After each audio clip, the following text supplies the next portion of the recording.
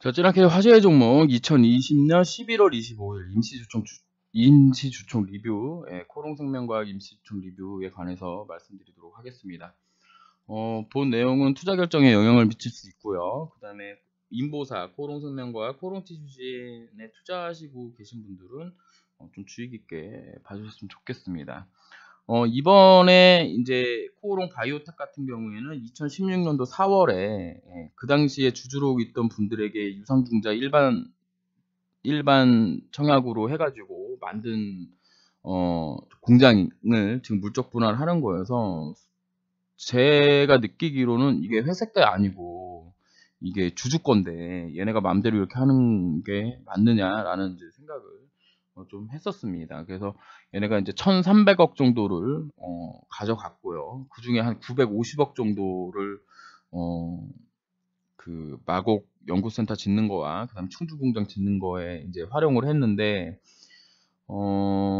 모르겠어요. 뭐 회사 입장에서는 지금 당장 공장 돌리지 못하고 있는 것 자체가 너무나 큰 손해인 것도 이해하고 그 다음에 이제 회계적인 부분으로서도 조금 이득이 있는 부분이 있기 때문에 물적 분할을 한다고 이해하고는 있지만 혹시라도 이 회사를 나중에 신규 상장한다거나 해서 코롱생명과 가치를 좀 훼손하는 그런 결정을 할 수도 있는 여지가 지금 생기는 부분이었기 때문에 저는 좀 그 부분에 대해서 민감하게 봤습니다. 뭐 발언권이 없어서 뭐 정확하게 전달되지는 않았지만 뭐 제가 알기로는 임원진 분들도 제 영상을 보고 있기 때문에 충분히 제가 그 유튜브를 통해서도 여러분들한테 알릴 수 있다고 생각했기 때문에 뭐 그렇게 크게 신경 쓰지는 않았던 부분이지만 어쨌든 지금 물적 분할하는 코오롱 바이오텍 같은 경우에는 회사의 노력보다는 개인 주주들의 그 쌈짓돈 뺏어다가 한 거라는 부분을 꼭 회사에서 인정했으면 좋겠고요.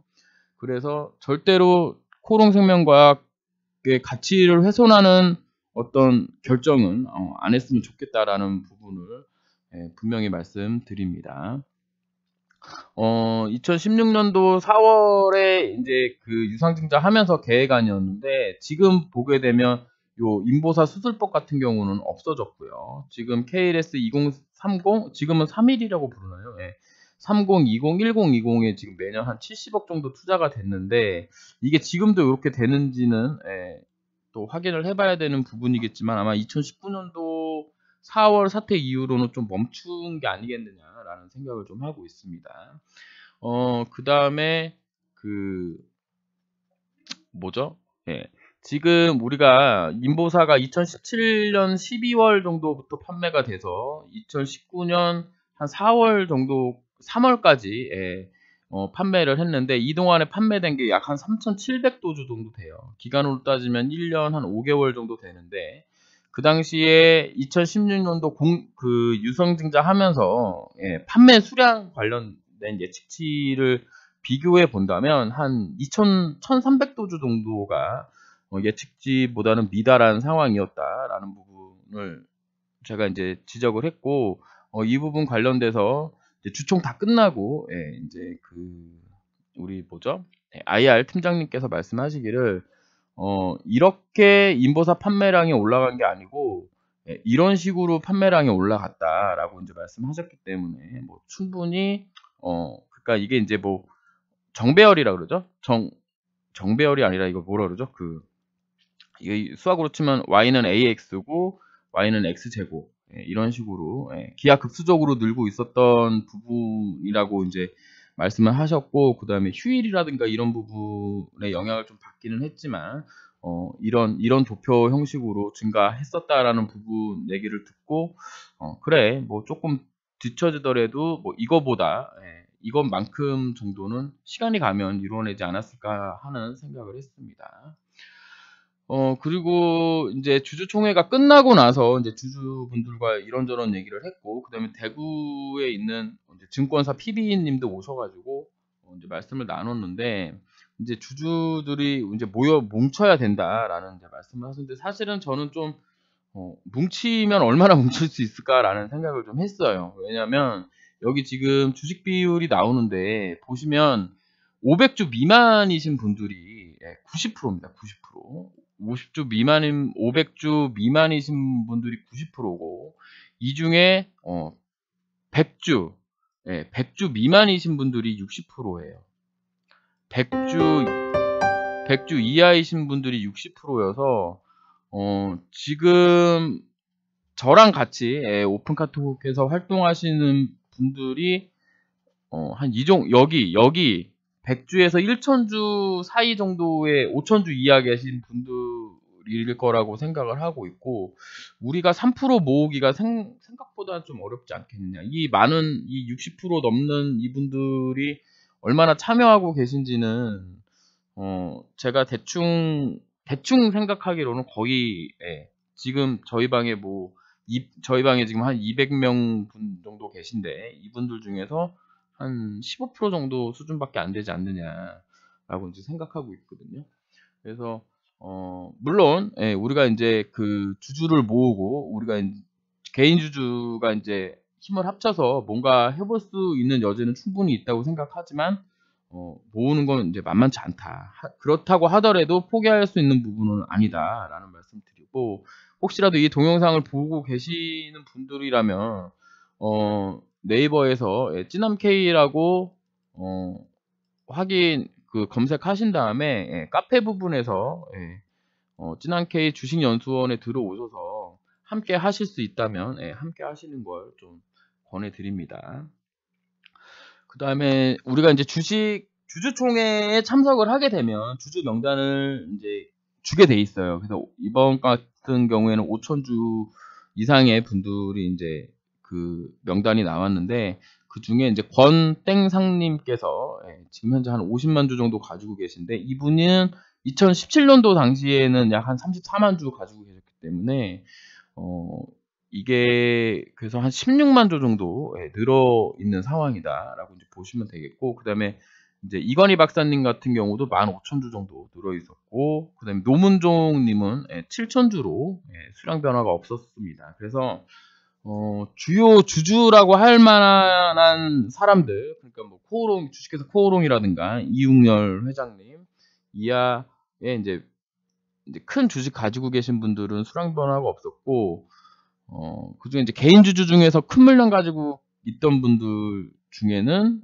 몇 분이 좀 이탈하셨다라고 보시면 되겠습니다. 물론 이제 그분들이 어떻게 투자하고 있는지는 모르지만 일단 주주 명단에는 없었고요. 그 다음에 2019년 12월 31일 기준으로 나온 거에서 볼 때는 국내 기타 법인이랑 증권사 물량은 하나도 없었던 상황입니다. 그러니까 2019년도 12월 31일에 가령 증권사 키움증권 물량이 몇 개 있었고, 그 다음에 해외 펀드 무슨 영어로 된 무슨 펀드 수량이 있었고, 기타 법인 주식회사 A라는 회사들이 몇만 주씩 들고 있었던 물량들은 지금은 하나도 확인되지 않는 상황이었다라는 부분 말씀드리도록 할게요. 그래서 이 물량이 아마 사태 터지고 나서 빠지지 않았겠느냐.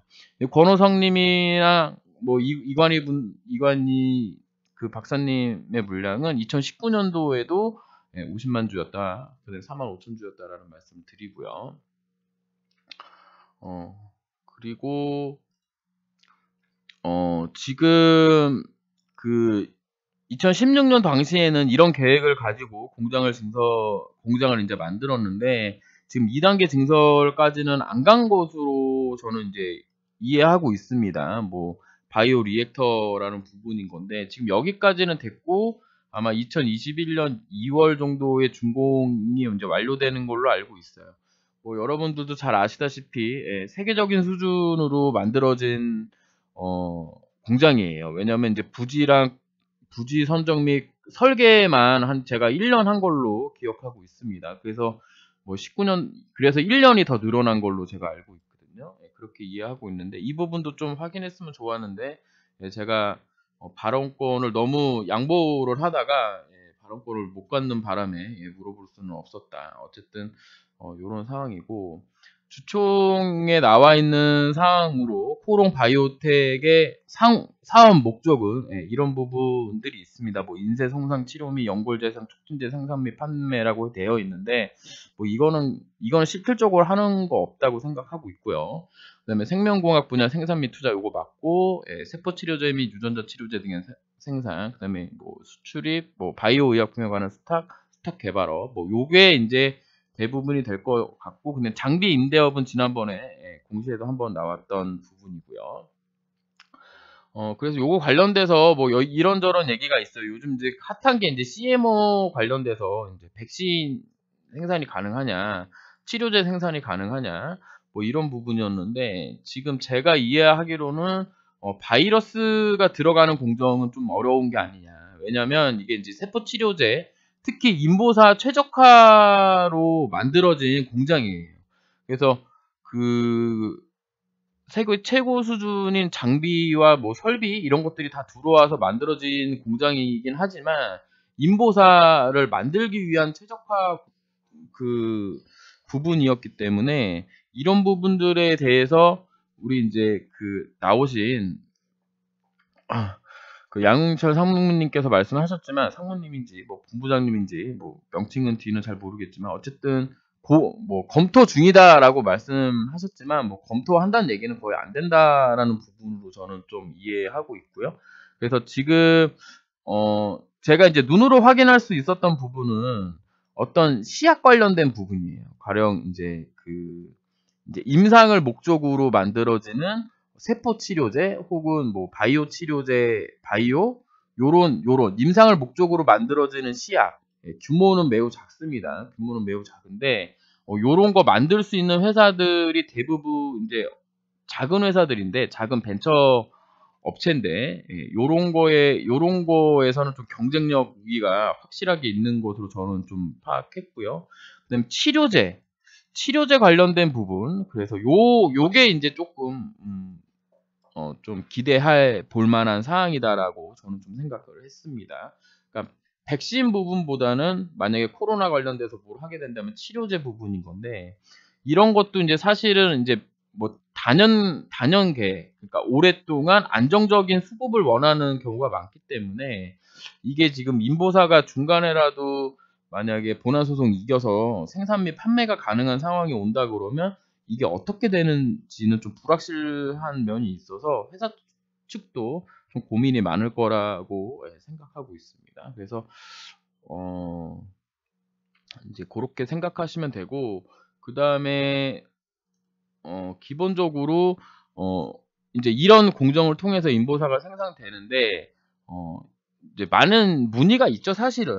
얘네가 이제 그 코오롱 바이오텍이 CMO 관련돼서 간다 그러면 인보사 생산은 어디서 하는 거냐, 뭐 이런 얘기가 나왔는데, 뭐 당연히 코오롱 바이오텍에서 하는 거고, 그 다음에 뭐 일감 몰아주기나 뭐 이런 부분 관련돼서는 100% 자회사인 부분이어서 크게 정부에서 딴지 걸 확률이 좀 적지 않을까, 뭐 이런 말씀을 좀 하셨습니다. 그래서 뭐 여기에 인보사 만드는데 최적화 생산 공정을 가지고 있는 회사에서 당연히 인보사 만드는 게 맞고, 그 다음에 좀 의미 있게 받아들일 수 있었던 부분은 코오롱 티슈진에서 우시에서 원래 이제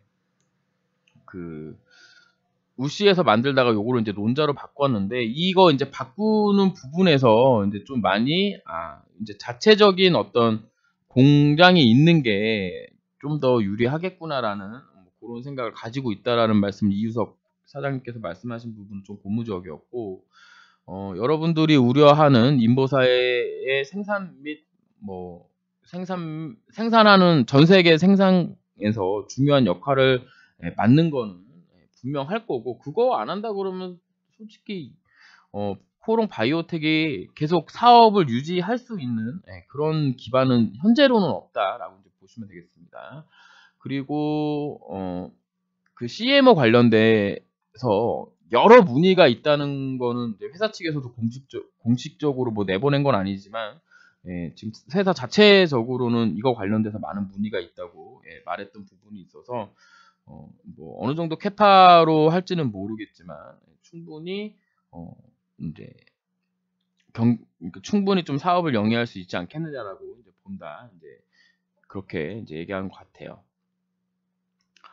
그래서 이제 뭐 질문들을 이제 조금 간략하게 정리를 해보면 이런 부분이었습니다. 뭐 인보사 생산권은 어떻게 되냐? 뭐 당연하게 코로 바이오텍에서 이제 가져오는 부분인 거고, CMO로서의 성장 가능성은 지금 매우 핫하기 때문에, 뭐 이유석 사장님이 이제 25일 날 재판이 있어서 좀 일찍 일어나셨는데, 이제 그 당시에 이제 나가시기 전에 했던 말씀 중에는 뭐 셀트리온이나 삼성 바이오로직스만큼 키우겠다 뭐 이렇게 말씀하고 가셨지만, 예, 그건 약간 좀 과장돼서 말씀하신 거라고 보고 있고, 세포 치료제가 이제 그 사업이 이제 많이 늘어나는 상황이라면 충분히 가능성은 있을 거고요.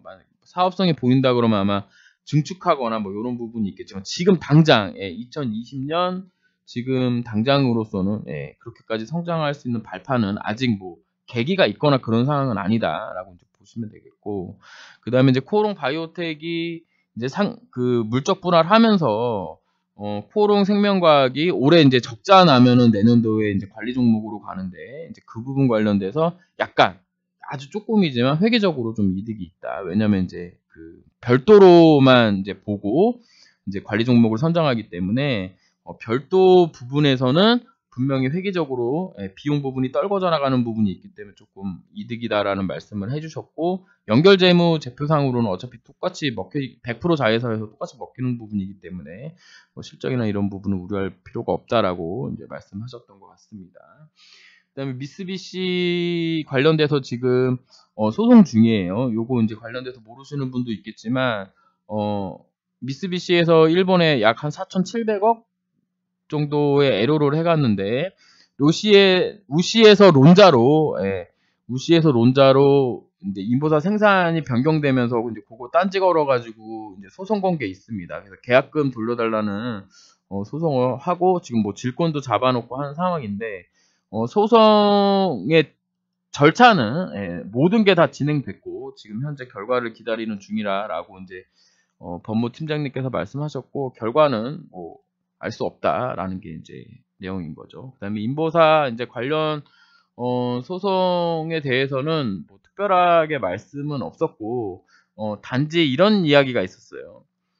제가 이제 뭐 SBS 조동찬 기자를 고발을 하고, 회사 측에서 이 고발건에 관련돼서 이게 이제 형사였습니다. 그러니까 출판물에 의한 명예훼손으로 제가 고발을 했었는데, 이 고발건이 저를 명예훼손한 게 아니라 코롱생명과학과 코롱티슈진을 명예훼손한 거기 때문에, 코롱생명과학하고 코롱티슈진이 이분의 처벌을 원합니다라고 이제 이야기를 했을 때 수사가 들어가고 하는 부분인 건데, 지금 관련 소송, 뭐 이웅렬 회장부터 시작해서 뭐 쭉 지금 다 이제 소송 중이었기 때문에 벌집 만들어 놓을 수는 없다. 그다음에 다시 또 뭐 수사 과정에서 뭔가 또 새로운 게 나오면 법정 결과에 좀 영향을 미칠 수 있는 부분이어서 운신의 폭이 적었다라는 얘기를 제가 들은 것 같고요. 그런 상황에서 뭐 언론 대응이라든가 이런 부분에 좀 미진한 부분이 있다라는 이야기를 했습니다. 이 부분 관련돼서는 뭐 주주들에게 이해를 구하는 거라고 생각하는데, 뭐 나중에라도 좀 바뀌어야 되는 게 아니겠느냐라는 저는 이제 개인적인 생각을 하고 있고요. 그다음에 인보사 안전성 문제에 관련돼서 이제 이우석 사장님께서 말씀하셨던 부분 중에 좀 고무적인 내용은, 식약처에서 공식적으로 안전성하고 유효성에 관련돼서 딴지 건 적은 없다.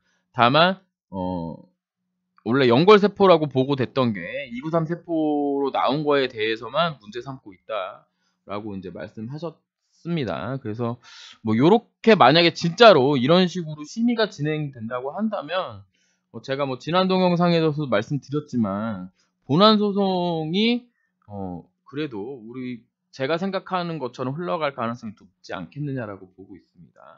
그리고 그 김수영 박사님께서 직접적으로 말씀하셨지만, 여기에 들어가는 세포, 그러니까 세포 치료제로 들어가는 그 부분은 자가 동종 세포가 아니고 타인 세포이기 때문에, 일단 자가 면역, 그러니까 우리가 가지고 있는 자가 면역으로 일단 뭐 죽는 게 확실하고, 거기에 이제 방사선 조사까지 해서 매우 안전하다. 뭐 이전에 이제 유전자를 이제 어디다 삽입했느냐 부분도 말씀하셨던 것 같은데, 어쨌든 몇 단계로 안전성을 추구했기 때문에 위험하지 않다라고 김종 박사님도 말씀하셨고, 물론 이제 회사 측 얘기이기 때문에 뭐 객관적으로 뭐 나왔다라고 할 수는 없는 부분이지만, 우리가 이제 한국에서 임상을 다 진행해서 안전하다는 걸 득해서 허가를 받았던 부분을 생각한다면, 뭐 그리고 현재 식약처에서도 안전성하고 유효성에서 딴지 걸지 않는 거라고 한다면 크게 문제는 없는 것으로 저는 그렇게 파악을 했고요. 그 다음에 이제 디모드 관련돼서 이제 이야기가 나왔는데, 디모드 관련돼서 얘기가 나왔는데, 이 부분 관련돼서 여러분들이 좀 확실하게 아셔야 되는 부분은, 한국하고 미국하고 인보사 용량이 다릅니다. 인보사 용량이 다르고, 근데 한국은 KL 그레이드 3을 기준으로 했고, 미국은 KL 그레이드 2, 3 기준으로 지금 하고 있는 거예요. 그래서 2면은 연골이 조금이라도 그러니까 3보다는 더 많이 남아있는 상황이기 때문에 KL 그레이드 2에서는 연골 재산도 가능할 수 있다가 회사 측 입장인 거고, 지금 현재 한국 결과로만 본다 그러면 KL 그레이드 3에서는 통계적으로 연골 재생이 안 됐다라고 하는 게 이제 식약처 공식 입장이기 때문에, 저 같은 경우에도 크게 기대는 안 하고 있습니다. 크게 기대는 안 하고 있는데, 만약에 된다고 하면은 뭐 정말 대박인 거고, 안 된다 하더라도 대박이기 때문에 저는 크게 신경 쓰고 있지는 않아요. 하지만 이제 이런 가능성이 있다는 부분을 회사 측에서는 이해하고 있었고요. 그 다음에 요즘 이제 뭐 293 세포 관련돼서 뭐 트럼프가 맞았느니 뭐 했느니 뭐 이런 얘기가 있지만, 김성 박사님한테 제가 물어본 바로는 293 세포를 배지로 사용하는 경우는 매우 허다하고, 지금 현재로는 293 세포를 이용한 임상이 한 건 있었고, 그 다음에 이제 일본 아스텔라제네카인가? 뭐 어디서 아스텔라제네카 맞나요? 어쨌든 거기서 이제 암 관련된 것으로 하고 있는데, 우리 인보사처럼 293 세포 전체를 써가지고 하는 거는 우리가 처음이라고 이제 말씀하셨습니다. 그랬고, 그 다음에 이제 기술 수출 관련돼서 또 제가 물어봤었는데, 2020년 3월에 이제 분명히 박문희 대표님께서 미국 임상 3상의 재개 여부와는 상관없이 중국 LO가 진행 중이다라고 이제 분명히 말씀을 하셨는데, 지금 현재는 뭐 각자의 상황이 바뀌고 뭐 원하는 게 달라진 상황에 인보사 취소된 건이 발목을 잡고 있는 상황이다. 그래서 추진 속도가 매우 늦다는 것은 맞다라고 이제 말씀을 하셨어요. 그래서 뭐 좀 안타깝기는 하고, 그 다음에 지금 현재 소송이 걸려 있는 상황이어서 뭐 계약하고 싶은 쪽이나 뭐 계약을 원하는 쪽이나 지금 상당히 좀 조심스럽다라고 저는 이제 이해를 했습니다. 그래서 전반적인 내용은 이런 내용들이었고, 주총에서 제가 이제 주총도 이제 한 3번, 4번 갔던 걸로 기억하고, 주주간담회도 이제 대주주였던 분들과 함께 이제 몇 번 참석해봤던 결과로는, 회사에서는 주가에 영향을 미칠 수 있는, 큰 영향을 미칠 수 있는 정보는 거의 나오지 않습니다. 다만 이제 분위기라든가 이런 부분인 건데, 요번 주주 간담회도 뭐 거기서 크게 벗어나지는 않았던 걸로 생각을 하고요. 70%가 사실이라면 한 20%는 애매모호하고 10%는 정말 몰라요. 뭐 이런 식인 거거든요. 어떤 답변이 나오면 70%는 진실이고 20%는 애매모호하고 10%는 몰라요가 합성돼서 들어오기 때문에 뭐 저는 이제 그 정도로 이해하고 있고, 결국에는 임상 3상이 진행되고 있고 여기서 허가를 맞는 것 자체가 원천적으로 이 사태를 해결하는 완벽한 방법이다라고 이제 생각을 하고 있습니다. 우리가 이제 오랜 시간 동안 가지고 계신 분도 있고, 지난번에 이제 임상 3상 진입하고 이제 점상한가 3번 치고 뭐 이런 거 보시고 들어오신 분들이 분들이 있을 텐데, 그러니까 옛날 주주로서 생각한다면 아까 처음에도 말씀하셨던 부분, 이 공장하고 이 연구시설은 코생게 아니라 사실 주주들 거라는 부분을 꼭 회사 측에서 좀 이해하셨으면 좋겠고, 그 다음에 지금 이제 막 관심 가지고 계신 분들, 그리고 예전부터 관심 가졌지만 나 몰라라 했던 주주분들이 있다면 꼭 저와 함께 하셔서 뭐 어느 정도까지 제가 할런지는 모르겠지만 어쨌든 지금 코롱생명과 코롱티슈진 또 인보사 관련돼서 최대 커뮤니티라고 생각하고 있어요. 그래서 많이 좀 같이 하실 수 있다면 같이 하시는 게 그래도 나중에라도 좀 좋지 않겠느냐라고 생각하고 있습니다. 그래서 그런 부분들 좀 보셨으면 좋겠고, 혹시라도 궁금하신 사항이 있다면 댓글로 달아주시면 제가 이해한 부분 안에서 말씀드릴 수 있도록 하겠습니다. 그래서 오늘 동영상을 이렇게 마치도록 하겠습니다. 감사합니다.